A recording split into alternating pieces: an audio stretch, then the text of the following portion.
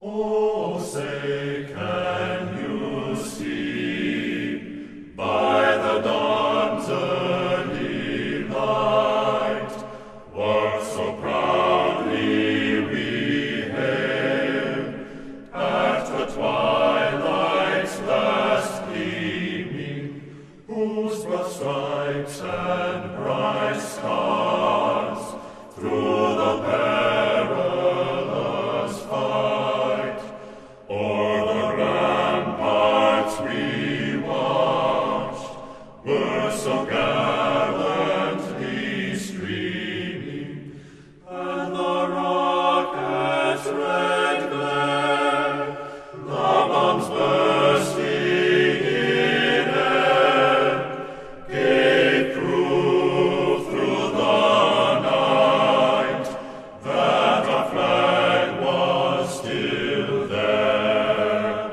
Oh, say does that star-spangled banner yet wave o'er the land of the free and the home of the brave?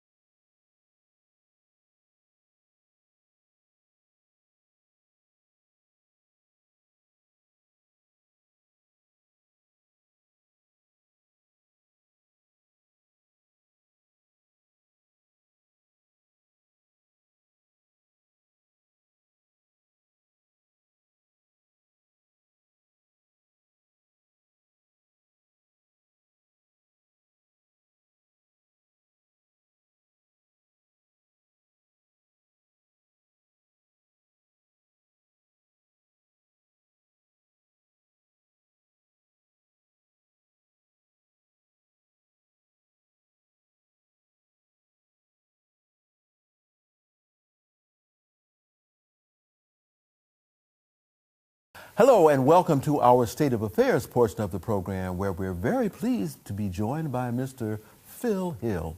Phil, welcome to the Collegium. Well, thank you, Donald. I really appreciate being here again.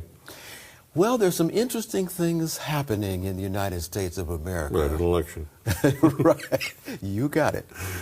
What is your assessment of that development? What are they talking about, and what are the things that, in your opinion, they should be talking about? Well, they're not, I would say that even both sides are not talking about the issues to the extent that we would hope. Yeah. And that's a real problem with American democracy right now. That on the one hand, we have a paradox that on the one hand, in order to win the election, you have to not appear too extreme, but on the other hand, there doesn't seem to be a middle, as there is in Europe, for instance, where there's a kind of a consensus. The consensus of the nation is located that you can fight over. In the United States, it seems to me that consensus is gone, and everybody's polarized. And I guess they're fighting over a couple of percent in the middle who are, not particularly political and therefore maybe sway one way or the other. And those couple of percent are going to sway the swing states.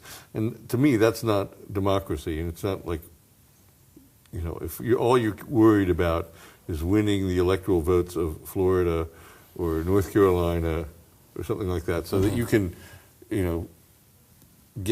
push your total over to the magic 270 electoral votes. That's the structural situation that makes it very difficult, for either side to be democratic. And of course, I'm not equating the two sides either. What has brought us to this juncture, Phil? Good question. I mean, maybe it's the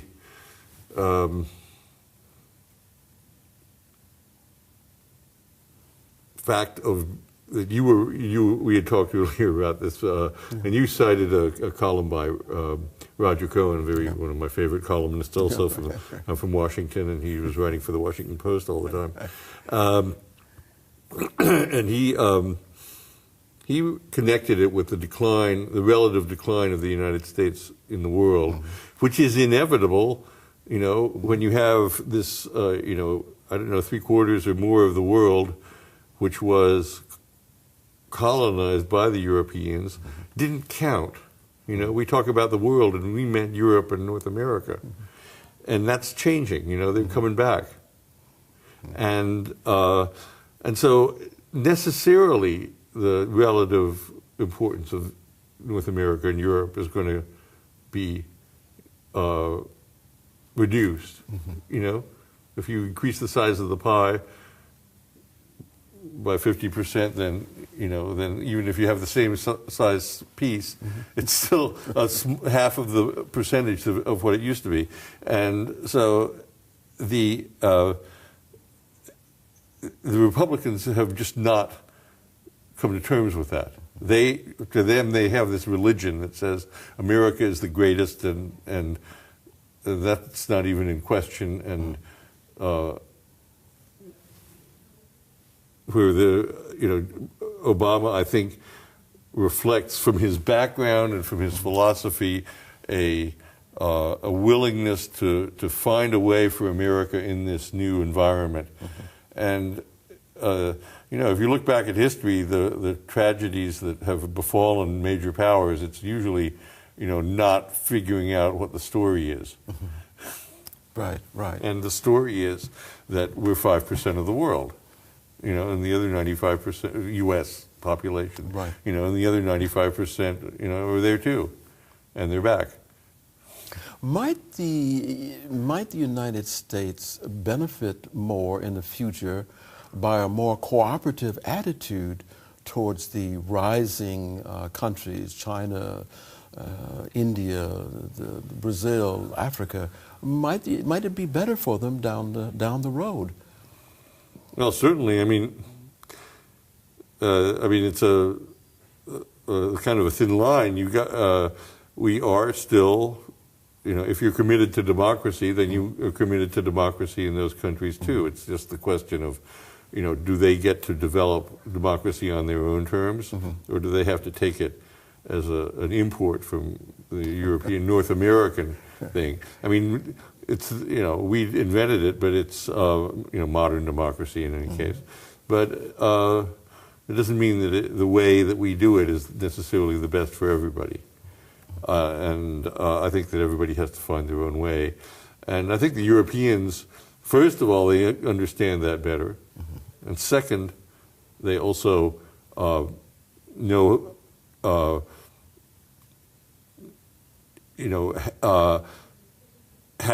they are more democratic, just plain, to put it bluntly. They're more democratic now than the United States is. The erosion of democracy within the United States means that nobody really looks to the United States as a beacon of democracy anymore. They, if they want to figure out how to do it, they ask the EU. Right, which just won the Nobel Prize. Right, which just won the Nobel Prize, which Obama won too. I think they should have waited and given it to him after he'd done something to earn it. And I think he felt the same way himself, in fact. Right. Well, what do you say in terms of the Nobel Committee when they're offering these prizes to Europe or to Barack Obama? Is this a means by which they look at these entities and look at the potential that they have, and then it's a source of encouragement to continue on the road that they seem to be going? Sure. Does that work in your opinion? Sure, I don't know if it works. It's always a political prize, especially that one that the Peace Prize, that says it's more a prize on a future. It's like a down payment on future performance to a certain extent. Like there have been several Nobel Prizes for the Israelis and Palestinians for making peace, and they still haven't made peace. It's because they were trying to get them to do it, to continue on that road, and what happened? They didn't. And the same is true I think of Obama that that maybe they were trying to get him to do things that he couldn't do. So maybe, who knows? Maybe they wouldn't have given it to him yet because there's a number of things that he failed to do, which we all would have probably wished he had been able to do, but couldn't. As for the European Union, I mean, it definitely has to do with what's going on now. I mean, it's saying, stick together. You're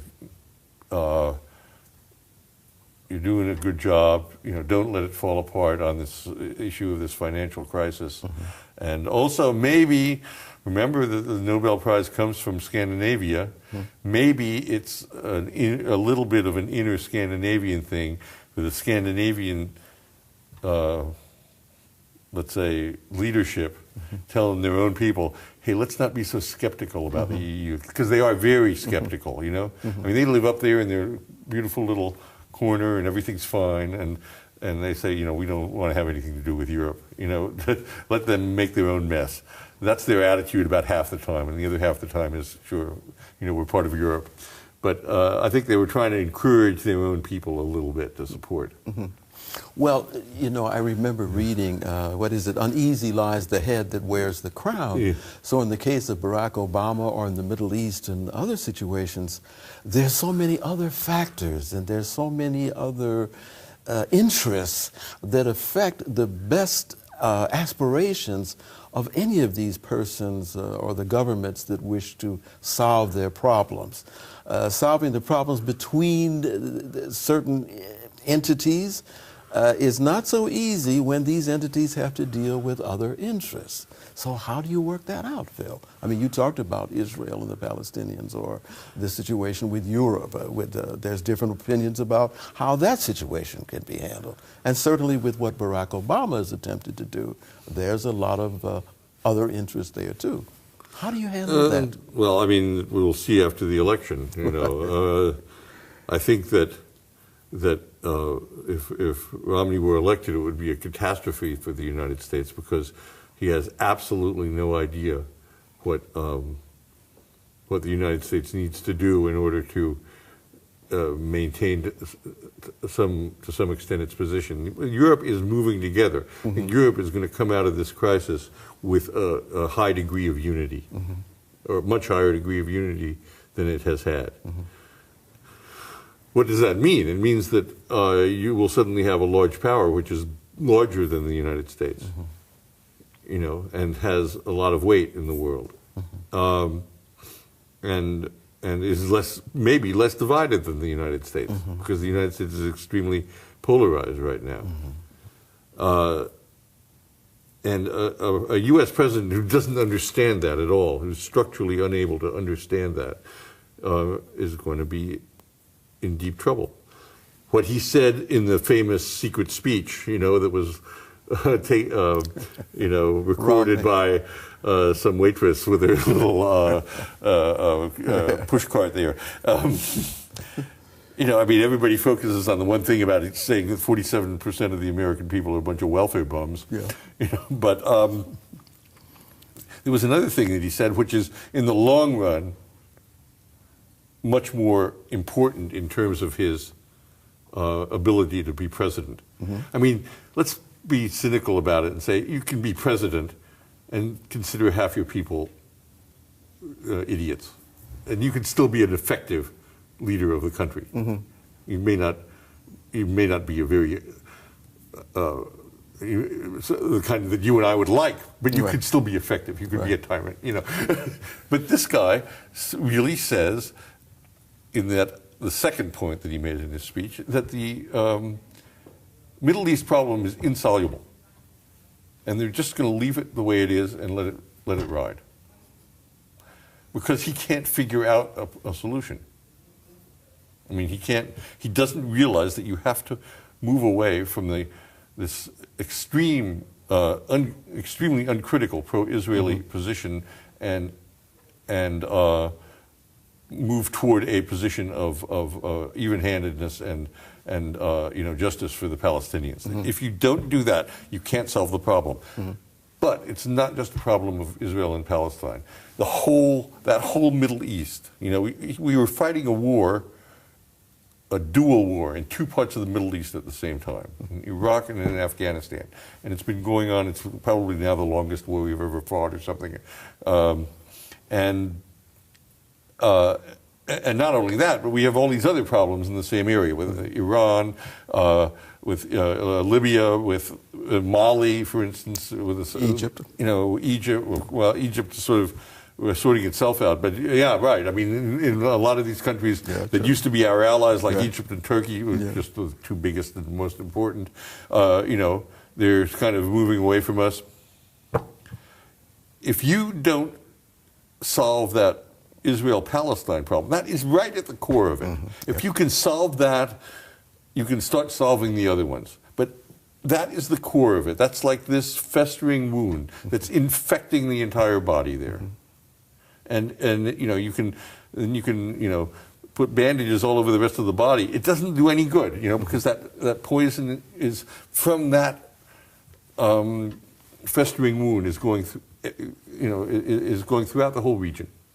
And that is the prime foreign policy issue in the terms of traditional foreign policy, of just solving problems, war and peace type problems.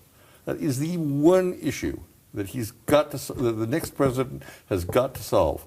And to have a president who can just sort of say, well, I don't see any short-term solutions, so we'll just let it ride. We'll do something else. I mean, that's really what George W. Bush did. He came up with the last year of his presidency. Well, we're going to solve this real quick. What did he do? Nothing. And if you don't solve that, it is going to blow up. It's not going to just slide on the way it has been for a while. It's coming to a head. It is going to blow up, and it's going to take the rest of the region with it in some way or other. Mm-hmm. I mean, you've got a situation where you've got both two powers moving toward nuclear weapons. I mean, Israel has had them for a long time. But, this is something for Germany. Those German submarines, that can deliver those, Israeli nuclear weapons, to wherever that submarine happens to be. Well, those submarines are the best submarines in the world. The United States and the other major powers have gone into nuclear submarines. They are much too big, clumsy, and expensive to be of any real good. These small German submarines can do everything that those big nuclear submarines can do without being seen. Mm-hmm. And they can't fire intercontinental ballistic missiles, but you don't need to. Mm-hmm. They fire a cruise missile out of their torpedo tube, and you can, if you're in front of somebody's coast, it's just as good. It's a nuclear weapon.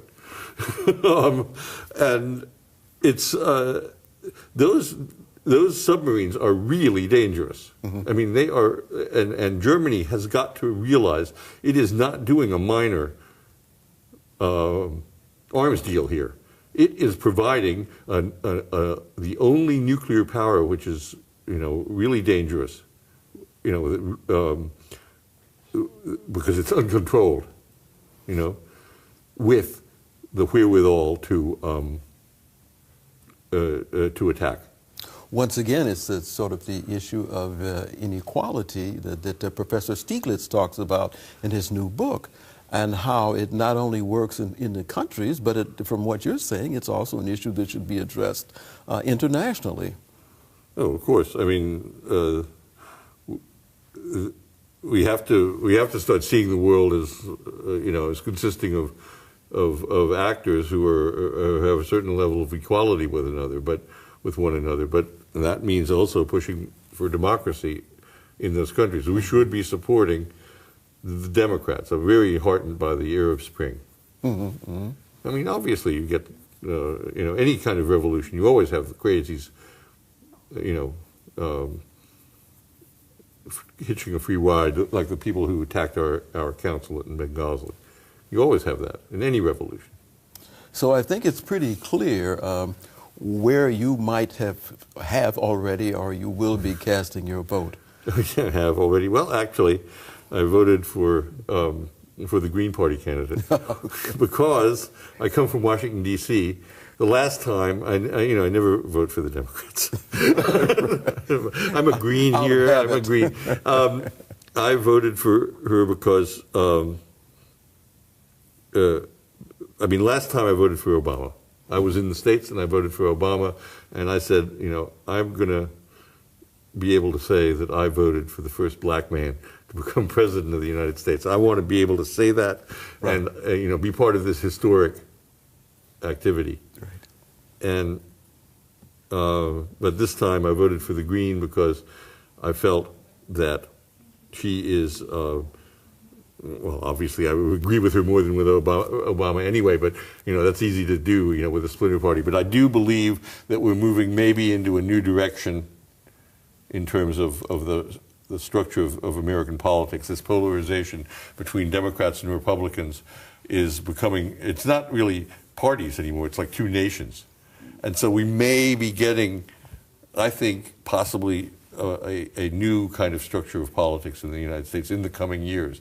You'll have a breakdown of this party system, the way it exists today, and an emergence of a new system. And I certainly want the Greens to be they are right now already, the biggest party, other than the two, sort of state parties that we have. But of the smaller ideological parties that exist in the United States, they are by far the largest. And I wanted to support that. And in Washington, D.C., the only effect that I could have with that would be that maybe the Greens would defeat the Republicans. In Washington, I think, was it McCain was the last one he was, I think he had, maybe George W. Bush managed to stay in single digits in Washington, D.C. And the most the Republicans have ever gotten in some landslide, Reagan or Nixon, I forget, 25%. So there's no question who gets those 3 electoral votes. There's no question about it.